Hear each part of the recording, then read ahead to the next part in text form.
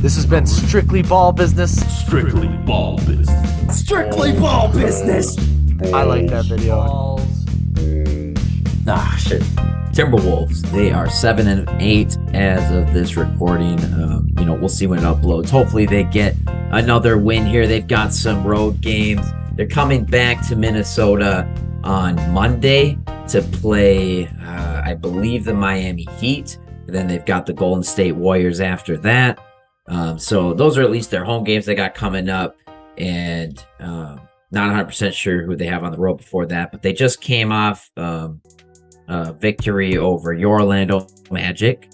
And, they won that handedly for the most part. Orlando made a scare late in the game, just like the Timberwolves have been kind of keen to give us those scares. But Magic didn't have Banchero in this game. No Wendell. No Wendell Carter. But you know who they did have? Dalton? They I had do. Bol. They They had had Bol. Bol, baby. The 2K prophecies were right, man. They were too. Yeah, 2K. I mean, I'm pretty glad about it. I was pretty meh about Bol. We talked about him at the beginning of the season. We're like, hey, maybe he can turn into something. He looks great, and I think it puts them in a real nice, like with Banchero showing out, Wendell's looking like a solid center. He's there. Once they get an actual point guard, Markelle Fultz back, I think Suggs plays fine. Suggs is looking like he can get there, and when Fultz gets back, I mean, I like his fit with the team. It's just a question: is the injury is going to continue? Is that always going to be a factor in his career? I mean, how much time can you give it with him? I think they might have a good draft pick. I think it might put them in perspective to maybe make a pretty good trade. I mean, I'd like to think that they're in position to. They have the talent that are showing up now this offseason. Let's jump right into the match. So I'm really glad. The young core looks great. Bol, great. Bol from Franz did wonderful last night. They both scored 20. So did Suggs, but Suggs he's been either 20 or 5 points a game. That's how the season has gone. He's played great defense. His playmaking is there. Paulo didn't play last night, but he's been great. The thing about the Magic is they're almost last in the near last in assist percentage. Most points are coming from just like something doing themselves or done by like one person, just like the Mavs. Mavs are a good example of this. Everything's done by one person. The Magic isn't like that. It's just a lot of iso ball. It's not as team friendly, but they're able to do it themselves with its offensive boards, just like Bol. Bol made Rudy Gobert not look like a small guy like last night. He's not a strong guy. He just knows how to he was looks like Porzingis when he first started is how I see it. Like he's just looks like he's maneuvering with his size, with knowing he's smaller and just able to figure it out that way. I can't wait till Markelle comes back. I know Markelle's gonna look great. Markelle's gonna help with pace, playmaking, and I think those that are gonna benefit the most are from it is Wendell and Bol. I think they're gonna, once they get an elite playmaker, because I do think Fultz is an elite playmaker. Once they get him back, I think he'll be they'll see a lot better, and then I'll see Wendell start taking that jump I said he would. But I didn't plan on Bol, so those positions are going around. Defense will be helped with Isaac and Fultz. I'm not convinced they play Isaac at some point, especially with the way Bol's looking. Franz is great. They might just play him a little bit, give him some minutes. I think he might be a huge part in this in a trade. I think I don't think we have the room for him. Honestly, I don't think we have the. I don't see anybody who I'd want to give minutes under him. Now that Bol's playing great, Franz, Banchero, maybe Chuma Okeke, but that's freeing up like 15 minutes for Jonathan Isaac, somebody that's making $25 million. Yeah. I don't see it's worth it. Yeah, realistically, if you can trade Jonathan Isaac for anything, it's kind of worth it. I mean, how much is left on his contract? I think he has 2 years left. I think he's 2 years. Yeah, that's what I thought. But so I mean, I would try trading that if I were them. But I don't think anybody is gonna be interested in trading for him until they see him play. And so I think you're gonna have to give him some minutes to get his trade value up. Yeah, I mean, you have to, because everyone knows the potential they saw in him. Yeah, he has 3 years left after this. 17 mil a game. Wait, so 3 more after this year? 2024 is his last year. He's an unrestricted in 2025. So he has this contract until he's 20. He'll be a free agent when he's 28. That's rough. Yeah. I Really mean, bought in on him, huh? like, I was down for the contract. I still think the contract could make sense, but now we just Yeah. have.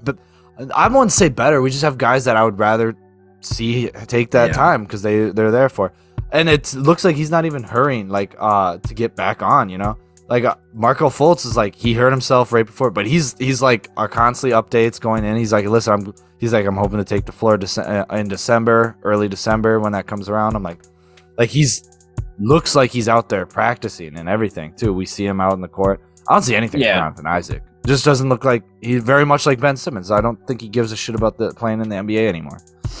Yeah, it doesn't really make sense. I mean, I just don't understand. Like, I thought this was a guy who was driven, but yet, I mean, it just, are the injuries that bad? He really can't come back. It doesn't. Yeah, to you and to me, it seems like he's just not working hard enough. He's not putting those hours. He's not putting in the I don't know, time with physical trainer. Maybe are there reports that he's not working with Orlando's team? Is that a thing? He's not working with their medical team. There's nothing. There's crickets out there. I just don't think anybody cares anymore. I mean, like, Marco Fultz has recovered from his ACL injury and got injured like 6 months after Jonathan Isaac did, and came back, and he was set to premiere. He was set to play on the first. I mean, he already came back. He came back last season, and he was playing great. And he got injured after Jonathan Isaac, and he's gonna go through another 2 separate injuries in between the time Jonathan Isaac came back. So, and Marco Fultz will be back before Isaac. So I just don't have that much stock in it. I think I do. You're right. They should probably play him. They got to give him some minutes, show him value, and be like, all right, who wants to take the flyer on this guy? And maybe they can go out and get a decent guy. Like, I wouldn't be mad this offseason. They're gonna have some like Terrence Ross money is done. They're gonna be off some contract. I'd be okay with them offering like a 17 million, maybe 3-year 17 team option, or 2-year 17 to Max Strus. What we need is shooting, and I think Max Strus, maybe he doesn't earn it, but 2 years, 17 mil, we finally get like a really good knockdown shooter. I'd be okay with that. And contract flexibility, I'd be okay with that. And well, we'll see what we get out of him here. I think he is going to come back to play, maybe in December, because according to this report I'm seeing as of a week ago, he did start playing 5-on-5 with coaches. Now, I can't tell if that means he was playing with other players in the 5-on-5 or if he was just playing with unathletic coaches. I'm not sure. But either way, sounds like he's going to be coming back pretty soon. So I think you're going to be able to give him some minutes. It's a 2-9 ball club. Like, he's got enough talent. Like, he's not going to hurt. I mean, I know, like, you'd rather see other guys in the starting lineup, but this guy off the bench, I don't think is a bad move. He can certainly play the 3 or the 4. So we'll see what he gives you when he's here. But ultimately, I'm still standing on my point of trading him, get his trade value up, and free up those minutes for other guys, and maybe you get some draft picks for him. I don't know what you could realistically get in return that's more exciting than that. Like, is he worth keeping around for the next few years? I don't really think so, because I just can't get injured again. Yeah, I don't think he would be in a draft pick trade. I think he would be for us, probably a star that's probably going away. Like, they'd be able to throw him in for contract money like that, and I think that's ultimately what he'll be. I think. You think the Magic gonna trade for a star within the next year? A better 65 days from today. Not a star, but a better win now player, a veteran that can come out and help. Like, I could see that. Not like who? This is gonna Kyle Lowry. Not a guy like Kyle Lowry. I can see them just making that trade, just being like, you know what? Let's get some veterans in. They need playmaking. Even a Mike Conley. Like, yeah, they would probably get back for that. Yeah, I just don't know if they're there yet. I can see them maybe next year they do that, but I don't know. Yeah, No, I suppose I can see them doing that next year because like they want to show Banchero they got guys like they'll Yep. get a good draft pick this year regardless too. I think it'll be easier to gauge once the starting five I envision them having is Markel Fultz, Franz, Bull, Banchero, Wendell Carter. So when we start seeing all five of them start games consistently, I think we'll get more of a picture, and the front office will see more of a picture, and they'll be like, all right, you know what? Maybe we pull the trigger on like a veteran, pulling in some veterans like that. You know? Yeah. I mean, it all depends on who's available at the time and what position they decide they want to go for after get an idea of who's good, who's not, and somebody could look really good this year and they could end up flopping towards the end of the season. Maybe they don't look as great in the offseason. We don't know. So it's hard to predict right now.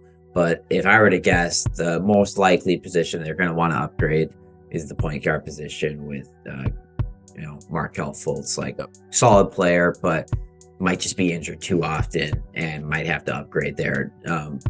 Could be a great player, but if you're the Magic, maybe at some point you get tired of waiting around to find out. Yeah, there's timetables, and I love Markel. If he doesn't fit the timetable, it's not. We're willing. We've shown we're willing to give him a chance, but Yeah, I mean, you gave him a contract even, so. Yeah. But what do you guys think of the Magic? When do you think we'll be ready to start competing for a playoffs? What year? Let us know the season. Comment that below. 2028. 2020. When Paolo is like 30. No, not 30, but closer. But like and subscribe. We like talking basketball. You guys like hearing about basketball. It's simple as that. That's it.